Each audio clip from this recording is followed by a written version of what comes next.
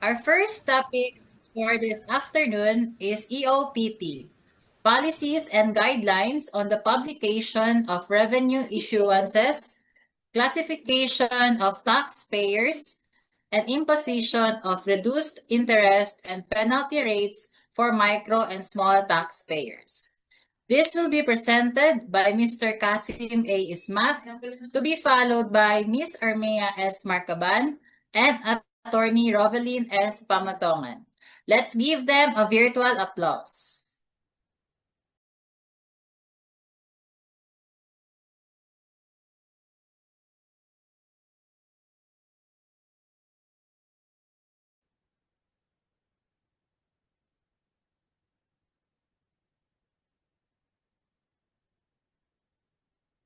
So salient features of RR2-2024 implement Section 40 of the EOPT Act, specifically the amendment to Section 245I of the NRC.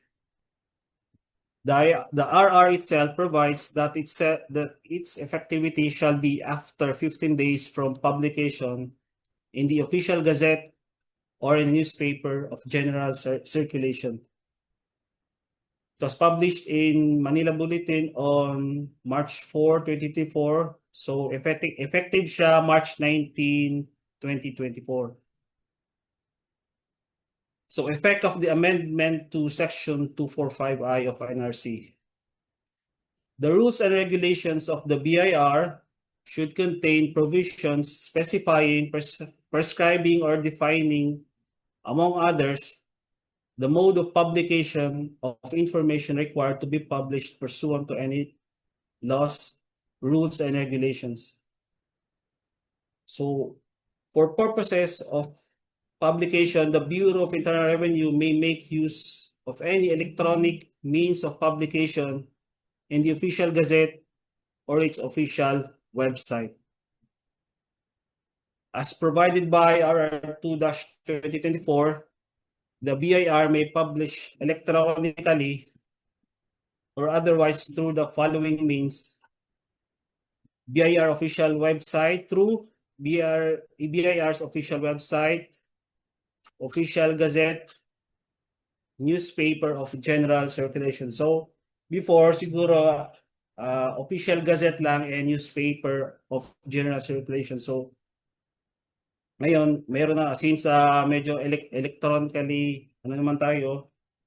So BIR official website lang. Applicable prospectively in accordance with Section 51 of the EOPT Act. BIR revenue issuance and other information covered by this revenue issuance. Number one is revenue regulations. Ito yung parang core rule book ng BIR. So dito ang mga interpretations na in-issue ng Secretary ng Finance, recommended by the Commissioner of Internal Revenue. Memorandum circulars naman is parang clarification siya dun sa mga regulations na na-issue natin. Revenue memorandum orders, actually siya, medyo, internal siya sa mga actually covers operation and administrative ng BIR. So dito siya linalabas sa RMO. Other revenue issuances, classification of taxpayers, including but not limited to tax withholding agents. So dyan siguro yung mga ngayon, yung mga macro and micro na mga taxpayers, meron na. So pwede siyang makita sa either sa website. Pwede siya makita sa website. Cannot be located taxpayers. Revised schedules of zonal values. So as for us dito sa Zamboanga, last year siguro nag-revise na tayo ng zonal February 2024. List of seized, foreclosed, and acquired properties for sale. Notice of sale of seized, foreclosed, and acquired properties. information materials such as, but not limited to, press releases, announcement, advisories and flyers, and other similar documents or materials that require publication. So, again, yun lang, ang ano lang ng regulation na to is, siguro, dinagdag lang niya yung BIR na official website. Kasi before yun na nga, official gazette lang and newspaper of general circulation. So ngayon, pwede na siyang sa BIR website. And that's all. Short lang talaga ang topic. So thank you.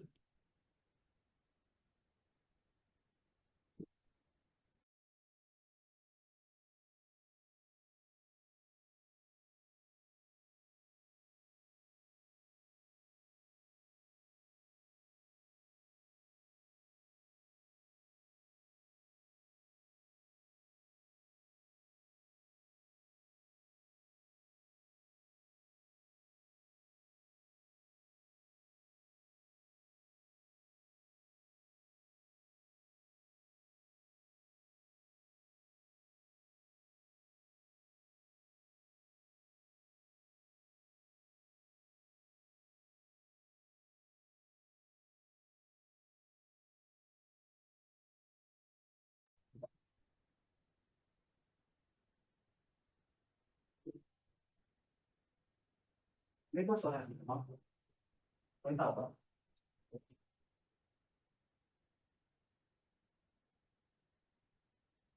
Good afternoon. So I will be discussing revenue regulations number 8-2024. So the implementing section 3 of the EOPT Act on classification of taxpayers. Amend section 21 of the NIRC by renumbering sources of income as section 21A, then adding section 21B on classification of taxpayers.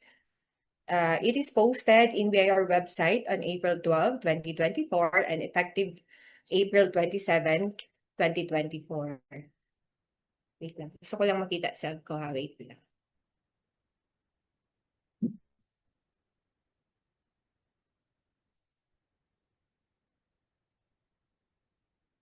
Hindi pa.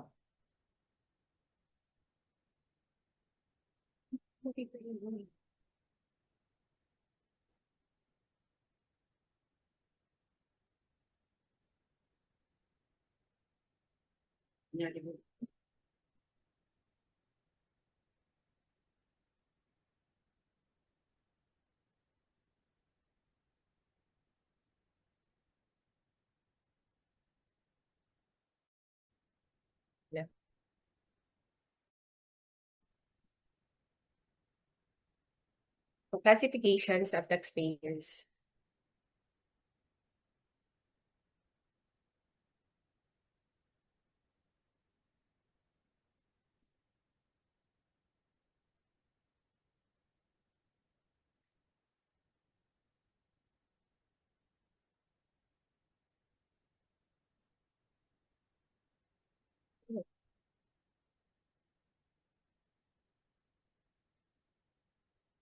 So for micro taxpayers, so with gross sales for a taxable year is less than 3 million. For small taxpayers, gross sales for a taxable year is 3 million to less than 20 million. For taxpayers to be classified as medium taxpayers, it should have a gross sale for a taxable year 20 million to less than 1 billion. And for large taxpayers, with gross sales for a taxable year of 1 billion and above. So gross sales shall refer to total sales revenue net of VAT, if applicable during the taxable year, without any other deductions. It covers only business income, including income from trade or business and exercise of profession, but excluding compensation income earned under employer-employee relationship. For passive income earned by resident citizens or resident aliens, non-resident aliens, domestic corporation, and foreign corporations under Section 24, 25, 27, and 28 of the NIRC.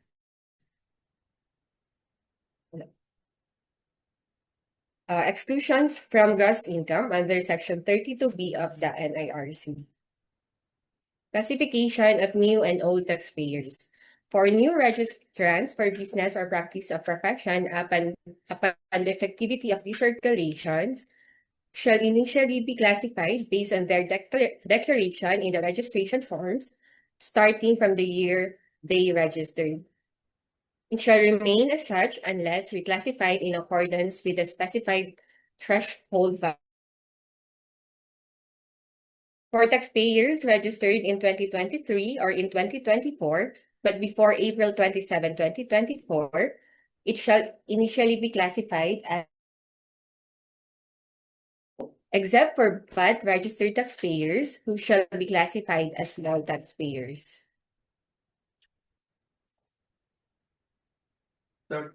Registered in 2022 and prior years, it shall be classified on the basis of their gross sales for taxable year 2022. For registered in 2022 and prior years but without information on their gross sales for taxable year 2022, it shall initially be classified as micro taxpayers. Except for VAT registered taxpayers.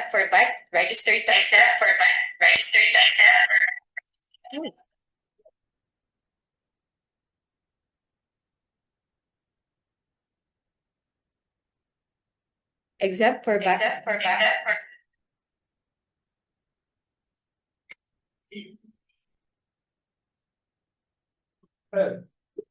For a while lang po.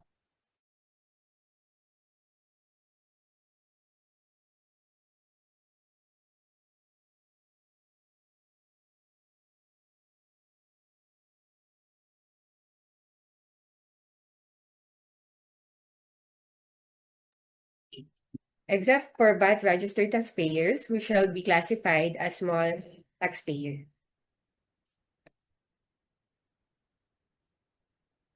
Notification to taxpayers. Taxpayers shall be duly notified by the BIR of their classification or reclassification as may be applicable, in a manner or procedure to be prescribed in a revenue issuance to be issued separately. So now that we've gone through the basics of RR 8-2024 and how it classifies taxpayers based on size, micro, small, medium, and large, the Bureau of Internal Revenue also issued RMO 37-2024, which serves as the implementation guide for RR 8-2024. So a simple overview of the RMO number 37-2024, its purpose is to provide the detailed policies, guidelines, and procedures for initial classification and reclassification of business taxpayers as mandated by RR number 8-2024.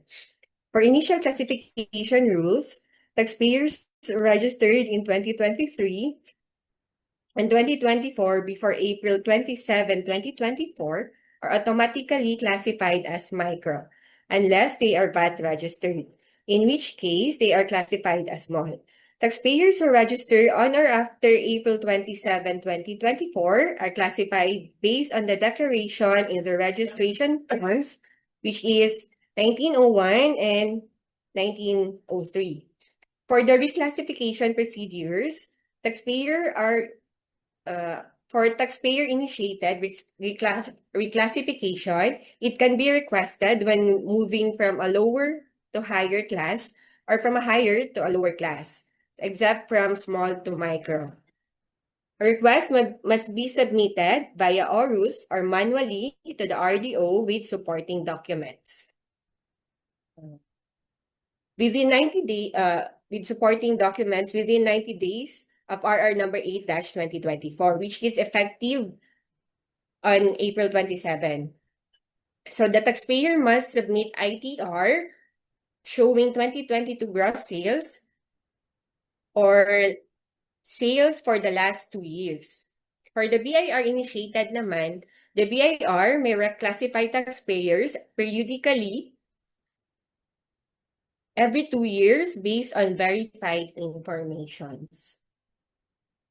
So that will be the end of RR 8-2024.